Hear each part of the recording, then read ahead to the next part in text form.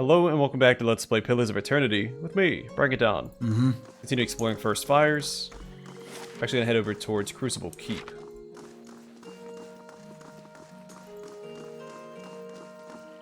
We have a couple of quests. Well, that's technically one task and one quest waiting for us inside.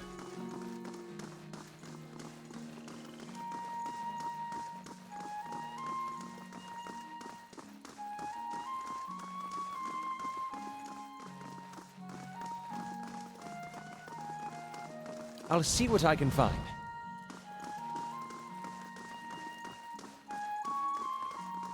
Slowly now.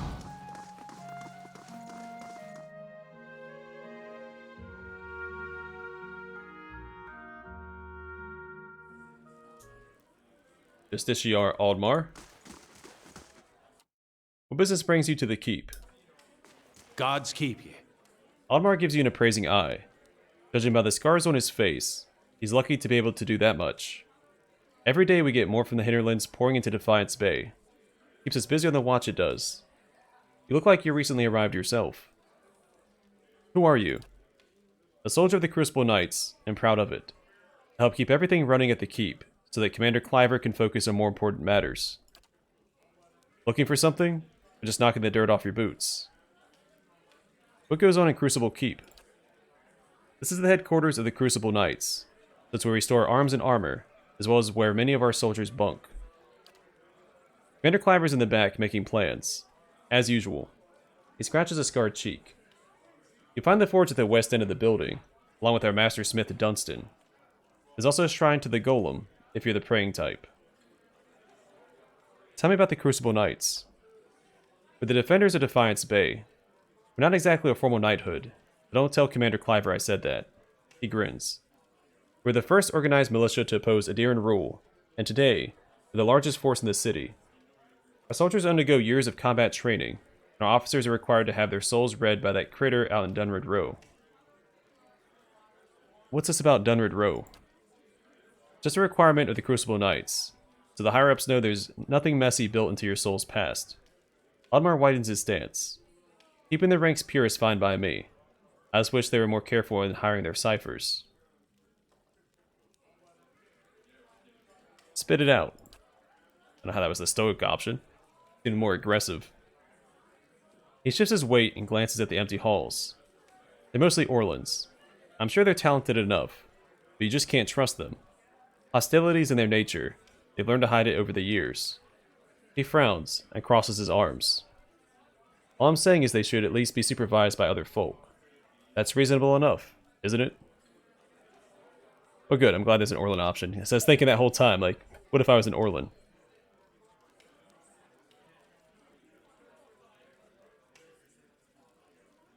No, you're wrong. Aldmar shrugs. I'm just speaking the truth. Nowadays, it seems that's the biggest crime of all. Alright, so he's a racist jerk. I have information about Yorn. Who is an Orlan? Oh man. Well, I was going to turn him in anyway for the reward, so... He glances around cautiously and leans in towards you. He lowers his voice. Yorn, you said. Well, what became of him? He's hiding down in the catacombs under Copper Lane. He should still be there. He smiles grimly. I see. I'll send a unit down to the catacombs to see to him. What do you mean, see to him? Was that subtle? I suppose you're new here. Yorn got his little Orlan fingers to a few too many pies, if you ask me. A man of politics, with plenty of loud friends. Better all around if this goes nice and quiet, and Yorn gets the end he deserves. I see. Well, I'll be going. Not I'm be going. Doing the Crucible Knights a real service, tracking him down. Here, something for your troubles.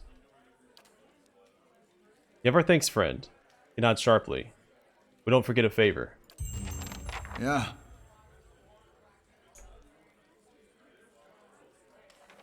I wish you got a fair trial, but I'm here to get paid.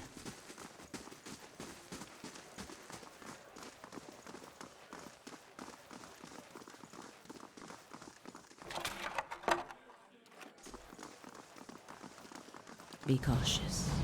Be constant. I'll have it in no time. The work of a moment. Yeah. I'm here. Yeah. Tongues of flame lick at the forge, hissing with smoke as hot as a dragon's breath. Tongs, hardies, hammers, fullers, and punch tools hang from the wall. They feel heavy and sturdy. Their flame-darkened surfaces testify to frequent use. Be cautious. Be constant. If this is about the breastplates, I already told Cleaver they won't be repaired till next week. His name's Cleaver, not Cliver. The dwarf bustles between a sweltering forge fire and a work table.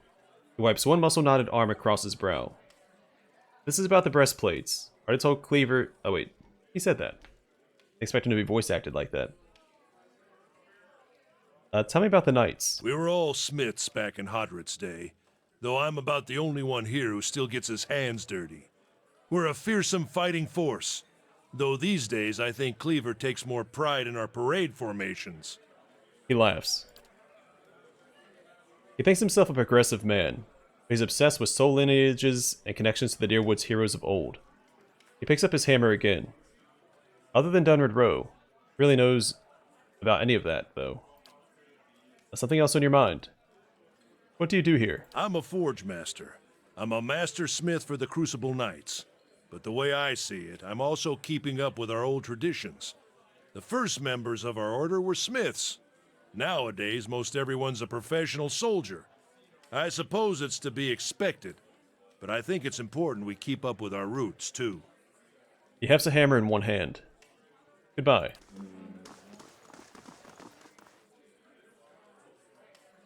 I was hoping we could shop, but not to be.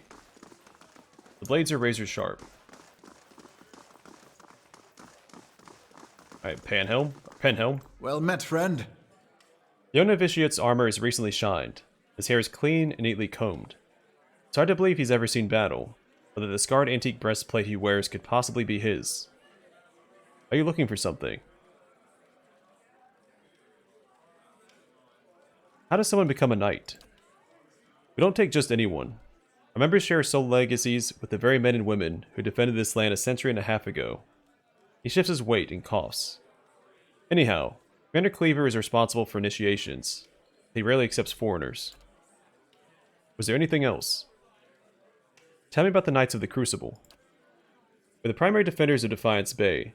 The Order's founders were the first to rally for Deerwooden independence. He waves his hand. Of course, that's ancient history now. Now, we're the most prestigious company of soldiers in the Deerwood. It's a glorious line of work. He scrunches up his nose. You can forget about the barracks, that is. Does the name Osric sound familiar? He sniffs. If you've got any self-respect, you won't associate with him. Or with any of his new friends at the Expedition Hall, for that matter. Scamps and delinquents. A lot of them. What's the story between you two? Osric has always held some controversial opinions. When they went overlooked for the longest time, because his family has such an extensive history of service in the Crucible Knights. He frowns and crosses his arms. He finally went too far. He had the gall to suggest that we had strayed too far from our roots, and some of our officers are beginning to resemble a Deary nobility. He rubs a spot on his bracer with a silk handkerchief. He would have us all wear rough spun and fight with forge hammers. I merely reported his statements.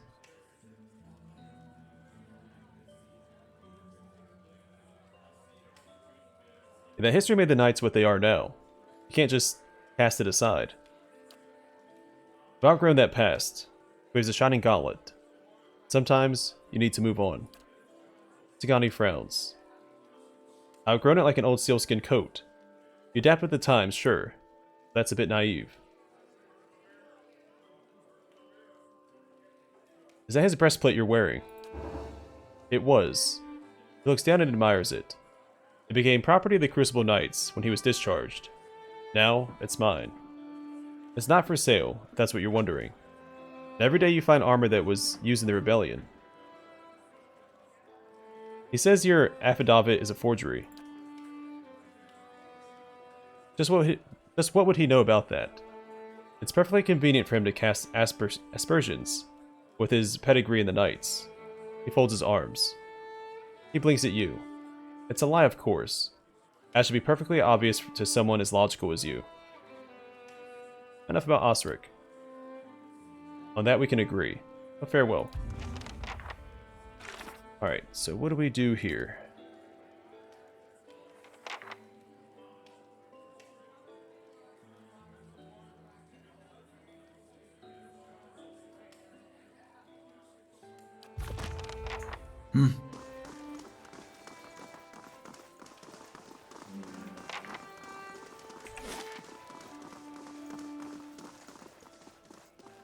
It's probably in the barracks.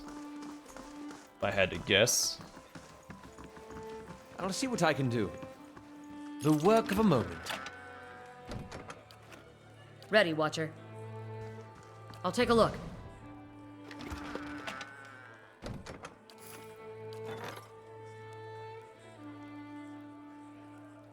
Oh, sweet. Bandits weren't nearly as successful this time.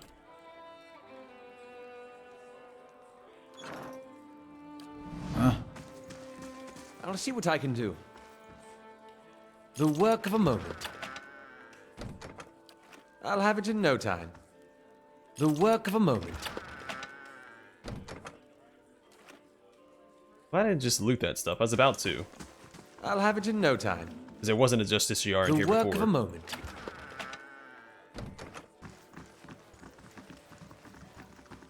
Steady does it. Big grime cakes the bottom of the tub. Towel hanging from the side gives off an awful stench. Ready, Watcher.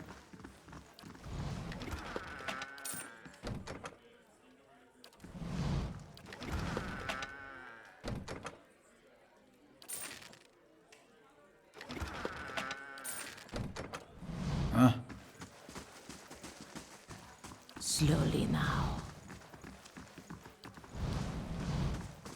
I don't think it's gonna be hidden somewhere, because I don't think he has a reason to hide it. I'll take a look.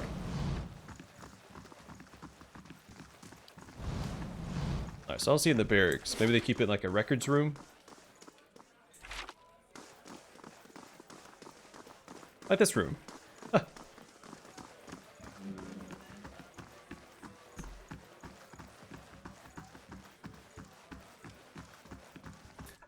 painting shows a row of warriors standing atop the walls of Defiance Bay, while dear ships sail away.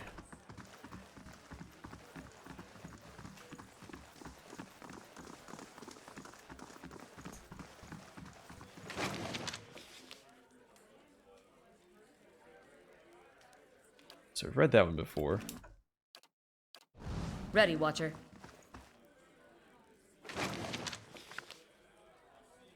Edict of Arrest. This edict calls for the arrest of Eorn, whose recent actions have led to the death of a knight of the Crucible. It requests reporting any information to Justiciar Aldmar. It is signed Commander Cleaver.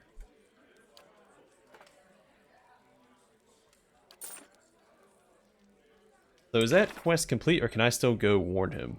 Probably can't go warn him.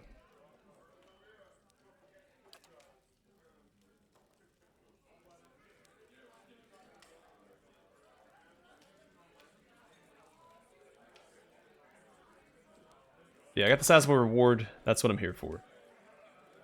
Even if I don't feel good about it.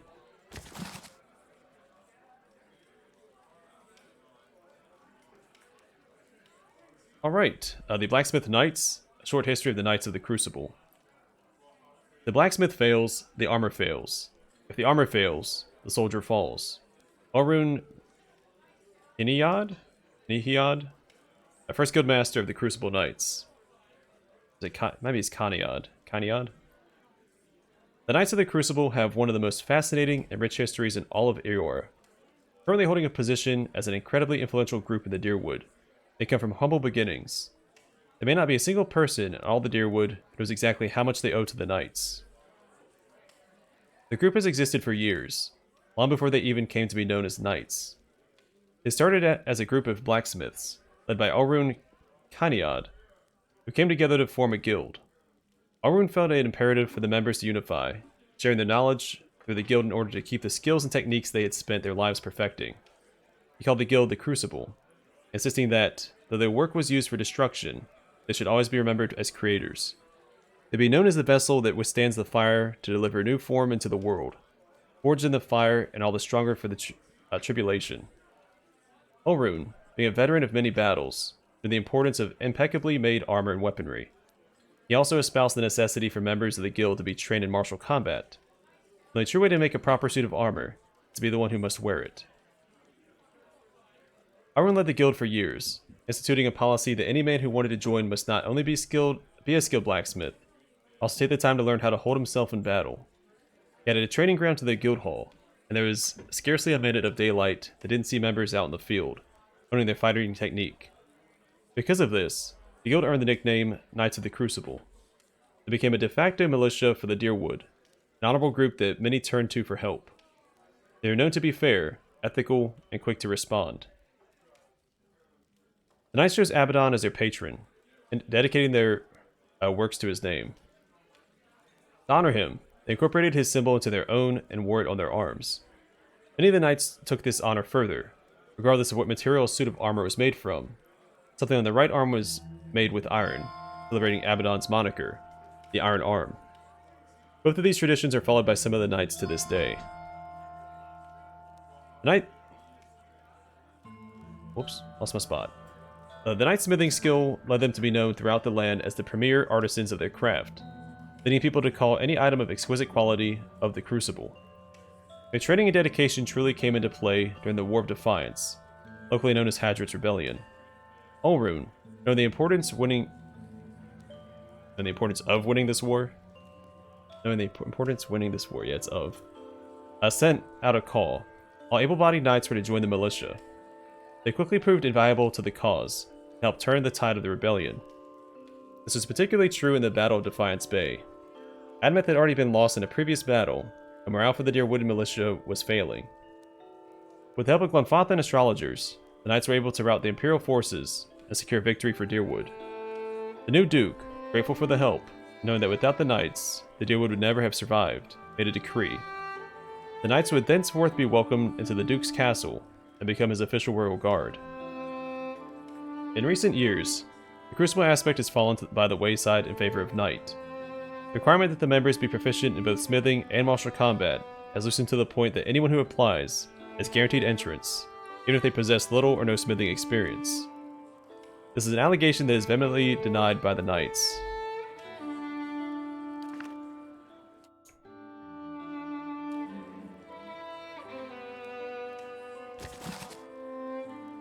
Hi, Penhelm's affidavit. Curran, a cipher duly appointed and employed by Dunred Rowe, is hereby certified that Novitiate A.M. Penhelm has been found to have soul free of any subversive influences or tainted essence. The scroll is stamped with the seal of Dunred Rowe, assigned by both Penhelm and Curran. This is a record of active patrols and reported crimes on Andra's Gift. The latter far outnumber the former.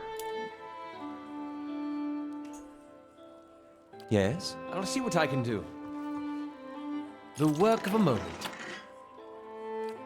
I'm here. Huh? Laying low.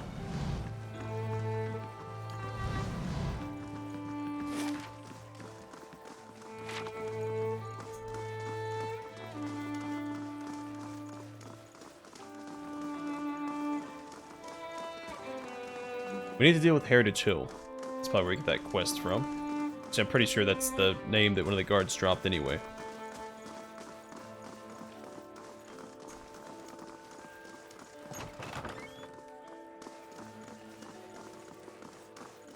Look at the size of these swords and helmets.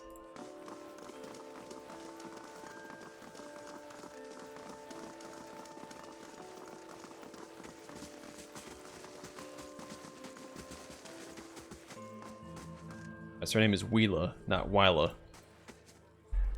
The Justiciar's gaze flicks over to you briefly, before returning to the novitiates gathered in the training area. If this is about patrols, the novitiates are already stretched to their limit. Between the refugee influx and the mess at Heritage Hill, I simply don't have any units to spare. After a pause, she looks over at you again. I'm sorry, is there something else you need? What do you do here?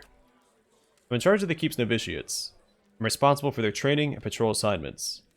He nods at the group gathered in the training room. They're good soldiers. They've been quick to adapt to new challenges. There's nothing else. I must attend to my duties. Is something wrong at Heritage Hill? She lowers her voice. What isn't wrong is the real question. A whole district of walking, flesh-eating corpses. We sealed the area 2 months ago, just after I lost one of my finest commanders there. And yet this is the second guard rotation to disappear. There are already enough rumors about the place floating around the keep, without my soldiers whispering about these disappearances. She shakes her head. I'd just as soon abandon the district, but those monsters should find a way out. Now tell me about Heritage Hill. It used to be one of the most prestigious districts in Defiance Bay, but a few months ago, the residents all went mad, started eating each other, and anything else that had the bad luck to wander into the district. I've never seen anything like it. Now, every novitiate that stands guard there, everyone that comes back anyway, talk of the stench of the grave and the groans of unspeakable horrors. He holds up one plate-clad finger. The why and the how are questions for the animancers. I've sealed the district in hopes of containing whatever happened there. It seems to be working, for now. You said earlier that something was wrong at Heritage Hill. Already read that? I can look into it. She steps back and regards you. After what I've just told you, you want to go to Heritage Hill. I've lost trained soldiers there. Why should I let anyone in?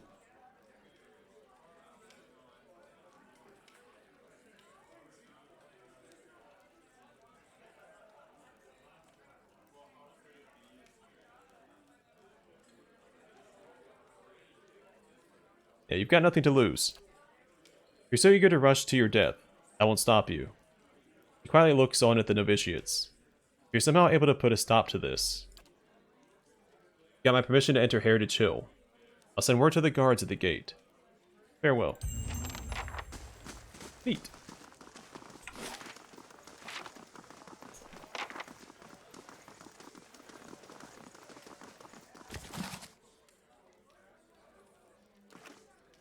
Kind of stealing, so we'll take that so we can sell it.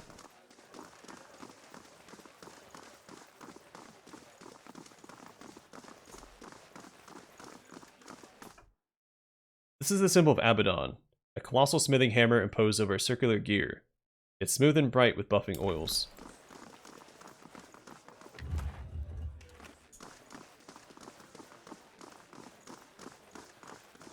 Come here real quick and just check these walls. I'll see what I can find. It's always altar alcoves or alcoves that have the alcoves that have the like I don't know, hidden stuff behind them. We just don't have the manpower. I'll see what I can do. The work of a moment. I'll have it in no time. The work of a moment.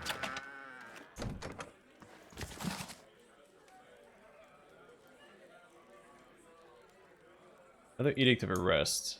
Not stealing, so we'll grab that. A development of a Crucible Knight, Part 1, Lower Ranks. In recent years, the Knights of the Crucible has evolved as a group. No longer concentrating solely on blacksmithing or combat training, they've adjusted their focus to help initiates develop their souls as well as their bodies. From initiation, there is a well-defined path to the top of the order. Squire. When a candidate shows sufficient prowess in blacksmithing, or recently, at least a drive and potential, he's accepted into the order as a squire. Once he's a part of the order, training begins immediately. Lessons are divided into 2 main sections. Body, commanded by the Lord Marshal and Soul, overseen by the Grand Crucilar. At this point in their progression, the only uniform the squire is allowed is a simple cloth uniform displaying the knight's colors. Novitiate. After sufficient training, each squire is given a 3-part test. Must repair a broken piece of armor, must recite the Canticles of Abaddon from memory, and he must be able to land a blow on a novitiate in combat. If he succeeds at all 3 of these tasks, he is promoted to the position of novitiate. At this point, he is given his first official piece of Crucible armor, the Brigandine. His training now doubles, as only the most valiant of candidates makes it through to the next level. Justiciar and Templus. When a novitiate shows he is ready, decided by his teachers and trainers, he must make a decision. His training and advancement from this point on will focus on one of the two disciplines, body or soul. Novitiates that choose body continue military training as a justiciar under the Lord Marshal. Novitiates that choose soul are given clerical training as a templars under the Grand Crucilar. Justiciar or templars, the newly appointed, is taken through the ritual of the arm. He's given his plate armor and symbol of Abaddon. He's then taken to the smith's forge, named after Abaddon, and is tasked with forging a small nail out of iron. He affixes this nail to his armor under Abaddon's symbol, will wear it there for the rest of his life as a Knight of the Crucible. At this point, Knight's training is fixed. If he chose body, that's the path he is on until the end of his days. If he chose soul, there's no deviating from the course. That is why the choice is only presented after he has been through many months of training.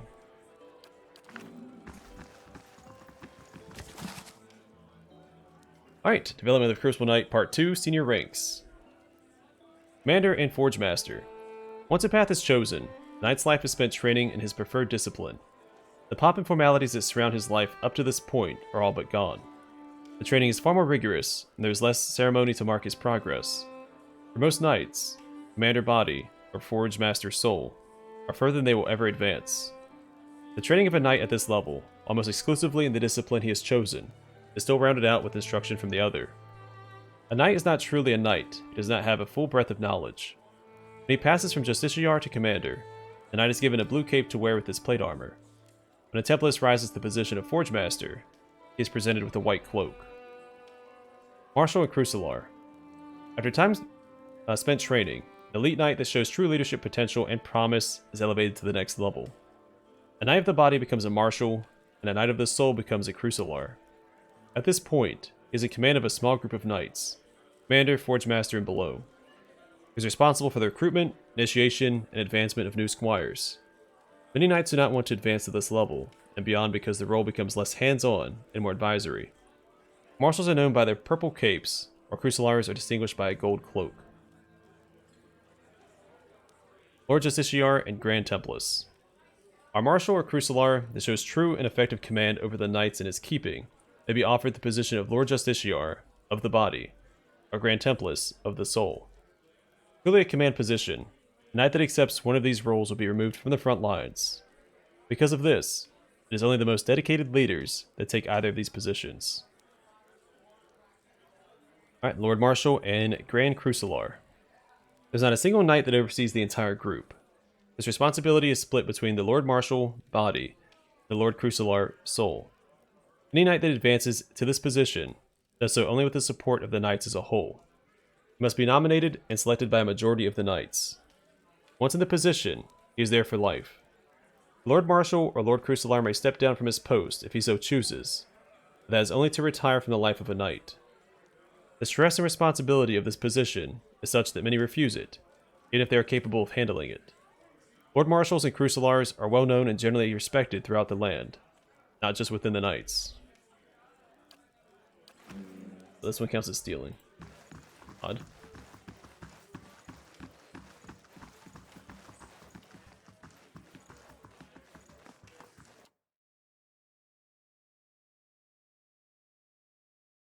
Pretty sure this is the same description that we read in Dunred Row. This map shows the environment surrounding the Defiance Bay. Flags mark strategic access points to the city.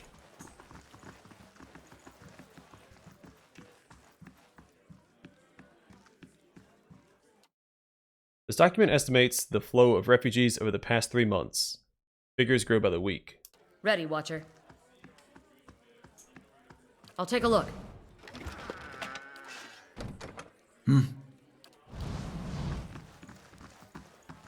Ready, Watcher.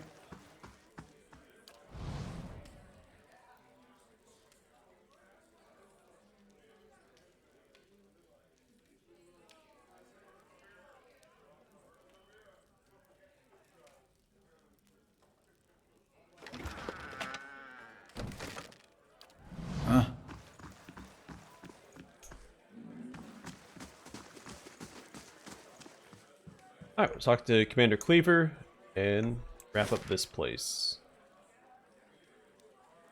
Pretty sure that's the last thing.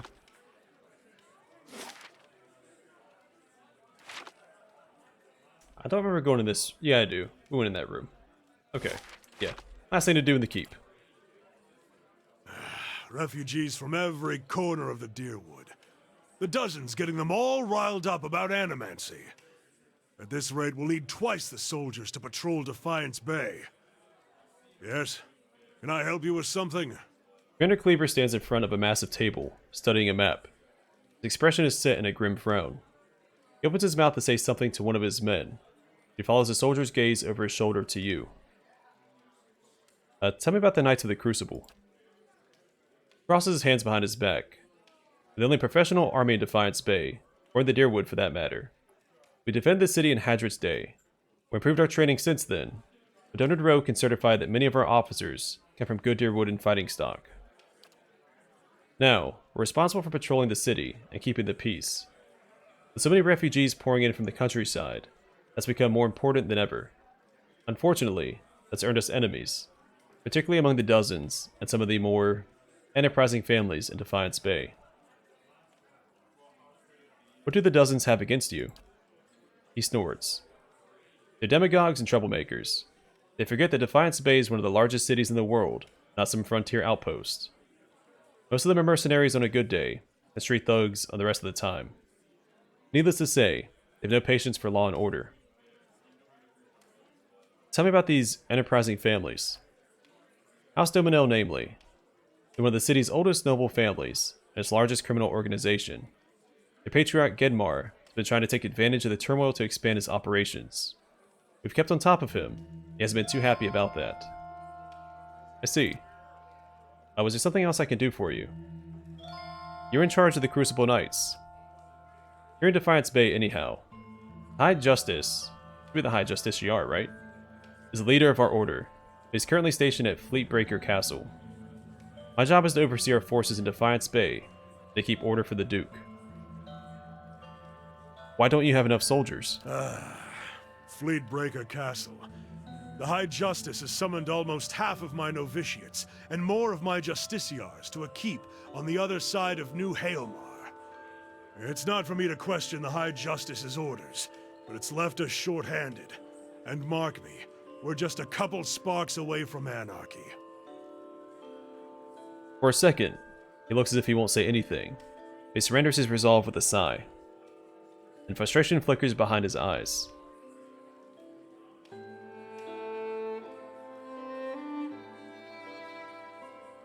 Yeah, with so many newcomers, can't you just recruit more soldiers? More recruits means more training, which means more time from experienced soldiers that I don't have. He half turns away from you. Anyhow, hardly see how any of this is any of your concern. But if you got the time to ask me about it, perhaps you've got time to do something constructive. Forge Master Dunstan is working with an animancy scholar to build what we're calling Forge Knights. Warriors that can patrol our streets without suffering fatigue, disobedience, or fear.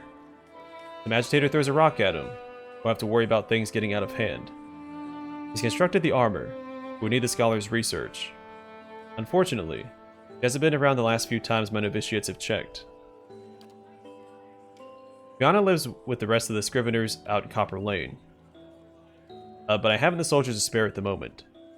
Go to the Scrivener's dormitory and see if you can find her. When you get the research, just bring it to Dunstan. This is his area of expertise anyway. Animancy is tolerated in most parts of the Republics, but some Valiants prefer the community in Defiance Bay for their research. Hope she hasn't been forced out of the city, or worse. Once you brought him the research, he can sell you any arms or armor if you have need. Sweet. He forges and repairs all of our equipment. You won't find a more capable smith in Defiance Bay. Goodbye. Sure. Good. I was hoping I could shop at Dunstan's store.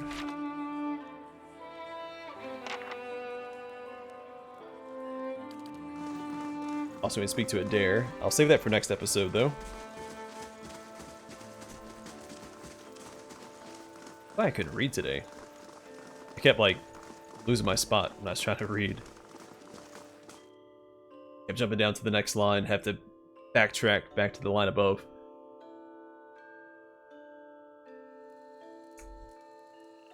Right. Alright, we'll park out here.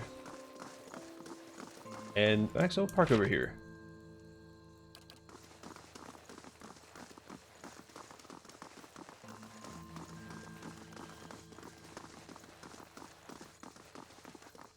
Alright, I'll call the episode here. In the next one, we will speak to Adair first thing, and then we'll go to the Ducal Palace. We have been invited there, if I'm not mistaken.